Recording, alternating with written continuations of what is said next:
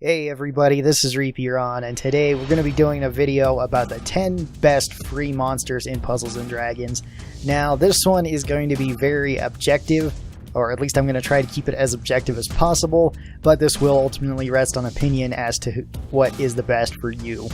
The rules for being on this list for free monsters are as follows. They cannot be anything that you can get from the rare egg machine. However, you could get things from the PAL machine and that would still count.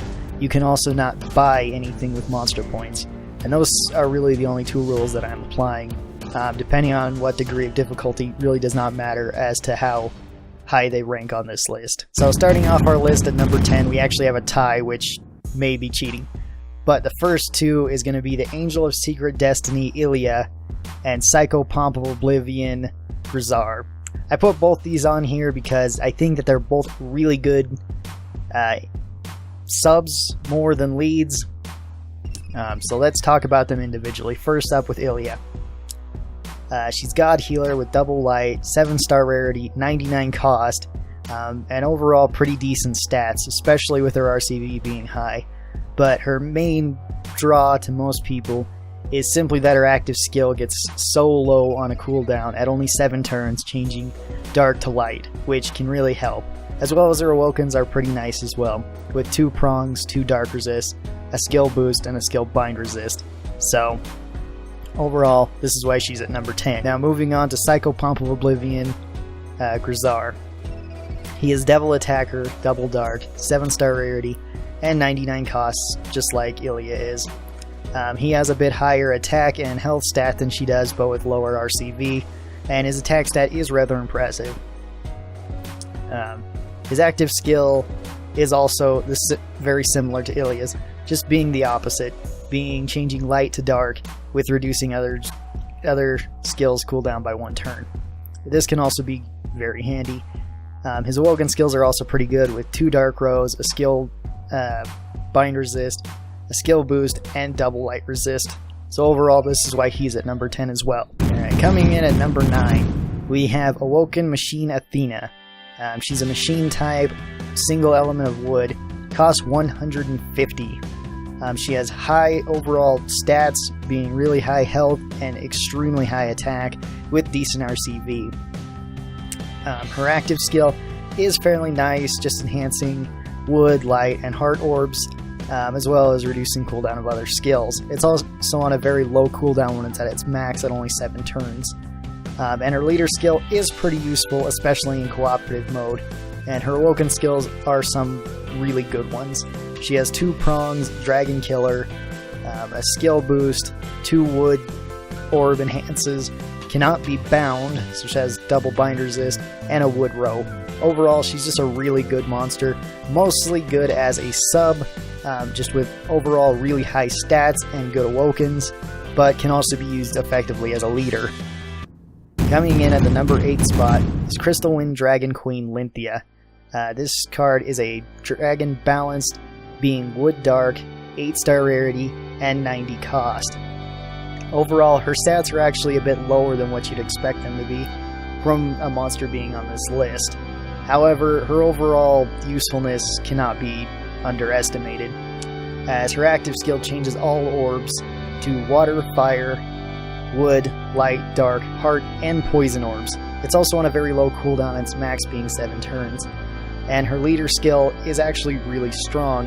However, I put her at number 8 below the rest of these because not everybody is going to be willing to use poison on their team.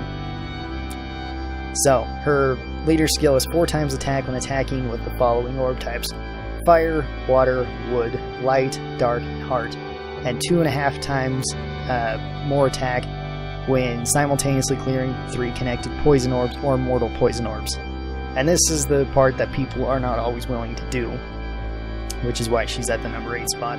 Her awoken skills are also quite good, with a 2-prong, a skill boost, a time extender, a skill resist, 3 auto heals, and a multi-boost.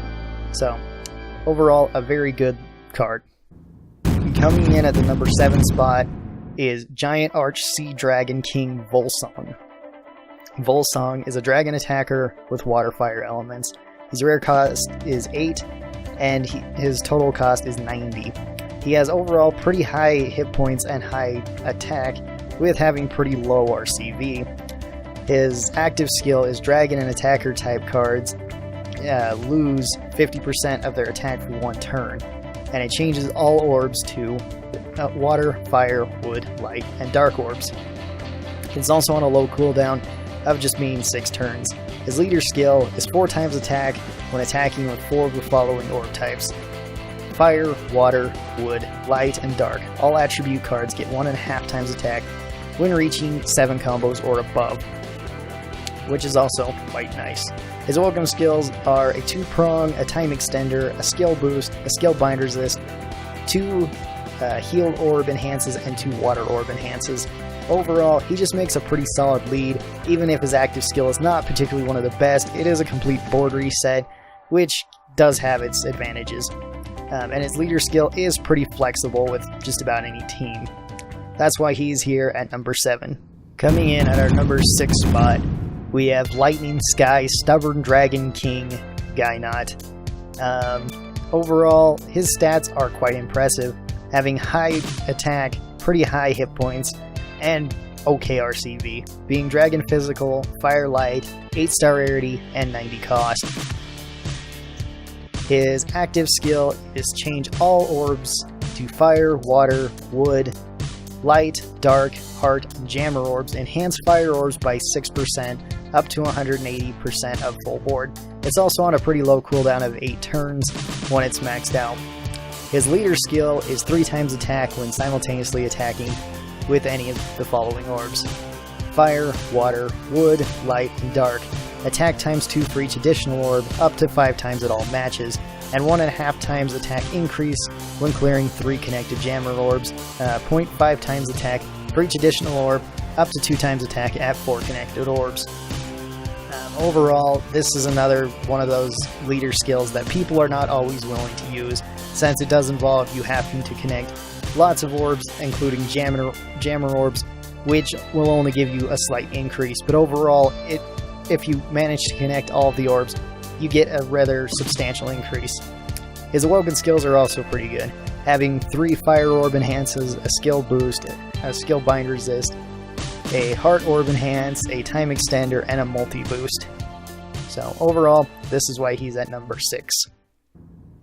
At number 5, we have Maleficent Phantom Dragon King Zayrog Infinite, having extremely high stats, having high hit points, high attack, and decent RCV. He's 3 typing, being Dragon, Physical, and Devil, with Dark Water attributes. He's 8-star rarity and 99 cost. His active skill is not one of the best ones on the list. Increase Skyfall chance of Dark Orbs by 15% for 3 turns, and reduce cooldown of other skills by 1 turn. It is on a low cooldown though when it's maxed out at being just 7 turns. His leader skill is all attribute cards get 2 times attack when reaching 2 sets of dark combos. Attack times 2 for each additional combo, up to 6 times when reaching 4 combos. Dragon type cards get 1.1 hit points, attack, and RCV bonus. His awoken skills are 3 dark orb enhances, 2 skill boosts, 1 skill bind resist, 1 time extender, and 1 2-prong. Overall, he just gives so much raw attack and stats to dragons that I just figured he should be up above Gainot and Volsong and Linvia. That's why he's at number 5. At number 4, this is going to be a tie. This is going to be between pretty much any of the radar dragons, having all of them having really, really high stats. Something like Zeus Dragon, which has 5,000 hit points and 2,000 attack and 300 RCV, is quite impressive, as well as some of the other ones like Hura Dragon having even more attack. All of them are dragon and something else. All of them are just 1 element. They are all 10-star rarity, and they all cost 99. They are extremely hard to get, but they all have pretty good skills, as well as some of their active skills are not the best, simply because of the amount of time that it takes for them to cool down. However, their leader skills and just their raw stats, as well as their awokens, are pretty decent. So if you manage to get one of them, they're definitely worth using. Coming in at number 3 is Broad-Minding Hell Demon Scarlet. Scarlet is definitely known as one of the best free things in the game. Her stats are not extremely high, with them being relatively okay. She is a Fire Dark Devil, 7-star rarity and 90 cost. The main reason why people enjoy using her so much though is simply based on her leader skill, which is randomly spawn 4 fire orbs from non-fire orbs, reducing cooldown of other skills by 1 turn. And it's at a 7-turn cooldown at its lowest, meaning that if you have an entire team of nothing but Scarlets, it works quite well. Her leader skill is 4 times attack when simultaneously clearing 8 fire orbs, 0.5 times attack for each additional orb, up to attack times 5 at 10 connected orbs. This is extremely easy to get with nothing but Scarlets on your team, simply because you can pump out so many fire orbs with their effect. So it's very easy to get to the 5 times attack, or even just to the 4 times attack without too much trouble.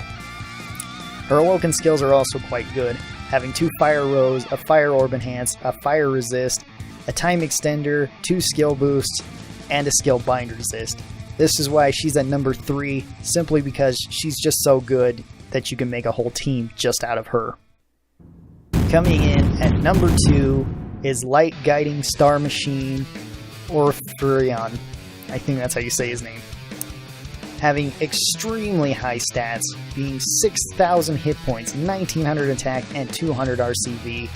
He's only light and he's only machine, 8-star rarity and 99 cost. He is probably one of the, if not the hardest things to get in the entire game, with only probably a handful of people actually having him, simply because he's so difficult to get. His active skill is increase Skyfall chance of light orbs by 15% for 2 turns. Spawn 2 light orbs randomly from non-light orbs, and this is on an extremely low cooldown of only 5 turns, meaning that you can use it quite often and keep having the light orb enhance, the light orb chance of getting more and more light orbs, as well as just constantly spawning light orbs. His leader skill is machine type cards, get 1.5 times attack and 1.5 times RCV. All attribute cards, 2 times attack when reaching 2 sets of light combos, 2.5 times attack for each additional combo, up to an attack of 7 times when reaching 4 combos. So his leader skill is quite good, making it so that light machines in particular have really high attack. As well as his active skill just further enhances that, as well as just him having extremely high stats. His awoken skills are quite nice too. He has a 2-prong, 3 skill boosts, 1 skill bind resist, 1 time extender, 1 light orb enhance, and 2 bind resist, meaning that he cannot be bound. And this is why he's at number 2, even if he is extremely hard to get. Alright, before we get to number 1, here are a few honorable mentions. First honorable mention being Belmont. He is an extremely easy card to get, probably the easiest one out of anything that I've said so far. And having an easy to use leader skill, as well as a useful active skill, and having pretty overall decent stats, he's just a really good early game lead for somebody who hasn't gotten anything really good from the Rare Egg machine. The second honorable mention is Beelzebub. Beelzebub has extremely high attack, as well as a really easy to use leader skill, just giving you straight attack and hit point increases, as well as a pretty useful active skill. That's why he's here as an honorable mention. Third honorable mention is Sona Grand Reverse. Overall, she's just a really decent lead with pretty good skills and a really nice active skill. She just didn't quite make the cut. At number 4, we have Machine Zeus. Overall, it just seemed that Machine Zeus and Machine Hera were just a bit less than Machine Athena in terms of usefulness overall. That being said, they are both still very great cards and can easily be put on multiple teams. And then the 5th honorable mention is Machine Hera, which I'm pretty much already said everything with Machine Zeus. And our number 1 pick is Star Cutting Time Dragon Bound Mira, or Miru, depending on if you have the Japanese version. Overall, Miru is just amazing. She has extremely high stats, having 4,500 hit points, 1,700 attack, and 660 RCV without any pluses. She is a dragon machine god, She uses only one element, being light. She's 8-star rarity and 99 cost.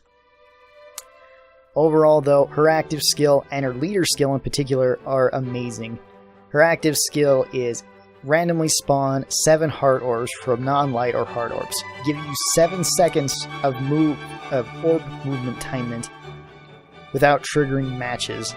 That's quite a useful skill, especially once you consider that it's on a 7-turn cooldown at its lowest. Her leader skill, though, is really good, being 7.5 times attack, reduce damage taken by 50% after matching a heal orbs in a cross, I should say, and increase time to move orbs by 2 seconds. This is extremely strong. It's very easy to get a heart cross with her active skill and with her leader skill, as well as her leader skill giving you a massive damage increase as well as a massive damage reduction, just making her amazing. Her awoken skills are also really good, being double bind resist so she cannot be bound, a skill bind resist, a 2-prong, a light row, 3 light orb enhances, and a skill boost. So overall, this is why Mira is at number 1. She does take quite a lot of material to finally get up to her full form, but her full form is definitely worth it, pretty much outranking nearly everything in the game, or at least being tied with some of the most rare things in the game, even when you consider things that you have to buy or things that you have to get lucky on from the machine. She can still stand amongst them. And that is why I think Miro is number 1. So, that brings me to the end of the list. Did you guys think that this list seemed fair, or anything that I missed, anything that I left off? Of course, there's plenty of other really great things that you can get for free. And as well as there's plenty of things that are from the Rare Egg machine that you can also get that work really well with any of these. So anyway, that'll end the video.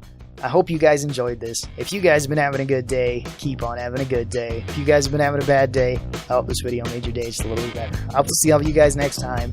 Till then, stay cool, and bye.